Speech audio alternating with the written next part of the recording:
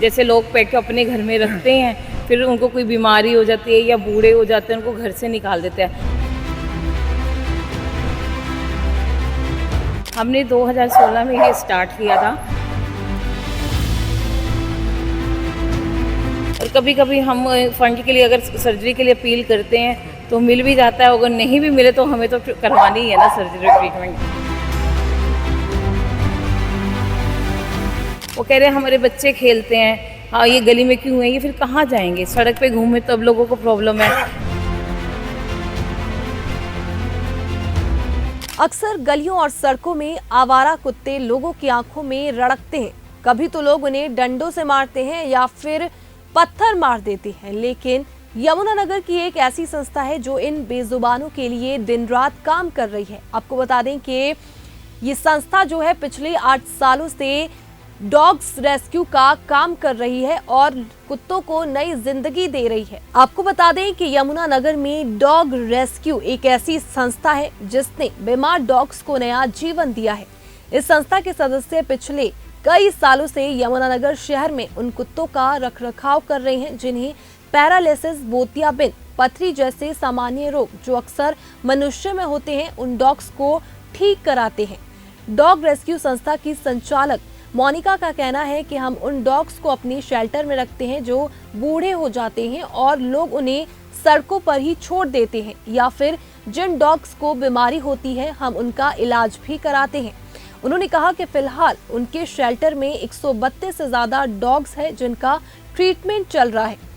उन्होंने सरकार और प्रशासन से मांग की है कि शहर में एक पोलिंग क्लिनिक खोला जाए ताकि उन्हें डॉग्स के इलाज के लिए दूर दराज ना जाना पड़े। उन्होंने लोगों से भी अपील की है कि डॉग्स के साथ अच्छा बर्ताव करें, क्योंकि ये ना तो बोल सकते हैं और ना ही इनका दिमाग इंसान जैसा होता है।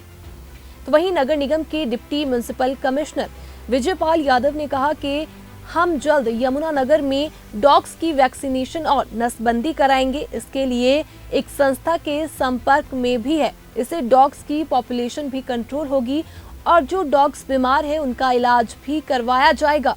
सर एक्चुअली में ये जो शेल्टर है ये मेनली है ब्लाइंड, पैरालाइज और अबेंडन डॉग्स के लिए। जैसे लोग पेट को अपने घर में रखते हैं, फिर उनको कोई बीमारी हो जाती है या बूढ़े हो जाते हैं, उनको घर से निकाल देते हैं। मैं सभी पेट ओनर्स के लिए नहीं कह रही हूँ ये बात, जो निकालते हैं उनके लिए बोल रही हूँ मेनली ये बात। हमने 2016 में ये स्टार्ट किया था और ये ब्लाइंड एंड पैरालाइज डॉग के लिए शेल्टर है। आप देखिए सड़क पर ये बेचारे कैसे सरवाइव करेंगे, गर्मी है, सड़क कितनी गर्म होती है, पैरालाइज बच्चे चल नहीं सकते। वो अगर चलेंगे तो उनकी पूरी जो बॉडी होती है वो घिसक के छिल जाएगी और उसमें कीड़े पड़ जाते हैं, उनको पीने के लिए पानी भी नहीं मिलता। और ऐसे बच्चों को हम अपने पास शेल्टर में रखते हैं। अब ब्लाइंड डॉग को तो मालूम भी नहीं कि सड़क पे कहाँ से कोई ट्रैफिक आ रहा है, उनको शेल्टर ये प्रोवाइड किया जाता है। तो ट्रीटमेंट का ये है कि यहाँ पर हम लोग अपने जैसे डॉक्टर से हैं फर्स्ट एड दिलवा देते हैं या कुछ फर्स्ट एड हम खुद भी कर लेते हैं। बाकी इनमें जो बीमारी है ना वो सेम ह्यूमंस की तरह होती है। जैसे इनको स्टोन भी होती है, ट्यूमर हो जाता है, इनके एक्सीडेंट्स होते हैं जिसमें लेग फ्रैक्चर बहुत ज़्यादा होता है, उसमें रॉड डलवानी होती है, तो वो सर्जरी के लिए हम यहाँ से इनको बाहर लेके जाते हैं। सर देखिए इसमें आपस में कई हम लोग जुड़े हुए हैं तो हम अपना कंट्रीब्यूशन सब करते हैं और कभी कभी हम फंड के लिए अगर सर्जरी के लिए अपील करते हैं तो मिल भी जाता है, अगर नहीं भी मिले तो हमें तो करवानी ही है ना सर्जरी ट्रीटमेंट। तो सर अगर पोली क्लिनिक बन जाए तो वो बहुत बेनिफिट है। देखिए अभी हम सर्जरी के लिए बाहर जाते हैं, इसमें हम टैक्सी भी हायर करते हैं, तो एक तो हमारा वो टैक्सी का जो है रेंट वो बचेगा, उसके हम वो ट्रीटमेंट में लगा सकते हैं या इनके खाने में और मेडिसिन में लगा सकते हैं। और देखिए शहर की फैसिलिटी तो आप समझ सकते हो, अपने शहर में फैसिलिटी होने का कितना फ़ायदा होगा, ये बात है।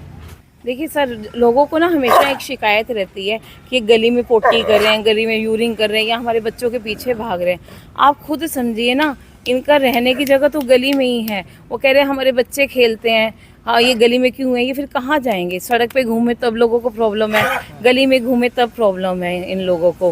पर अगर हम इनको खाना दें, पानी दें तो मेरे को लगता है ये किसी को कुछ नहीं कहेंगे।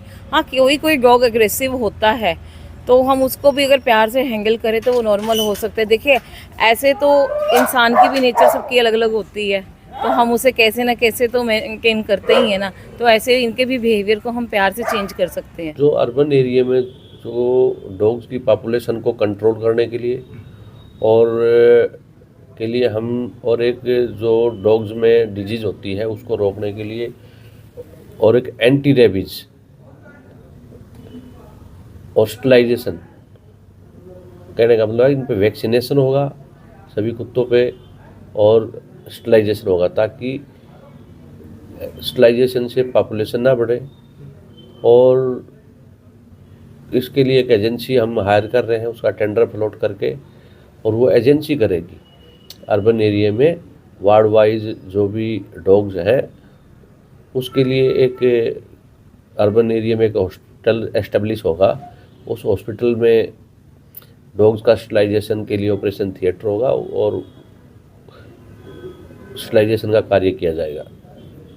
रख नहीं सकते एक जगह, केवल ऑपरेशन स्टलाइजेशन करने के बाद एक टाइम होता है, उस टाइम के बाद इनको फिर छोड़ दिया जाता है।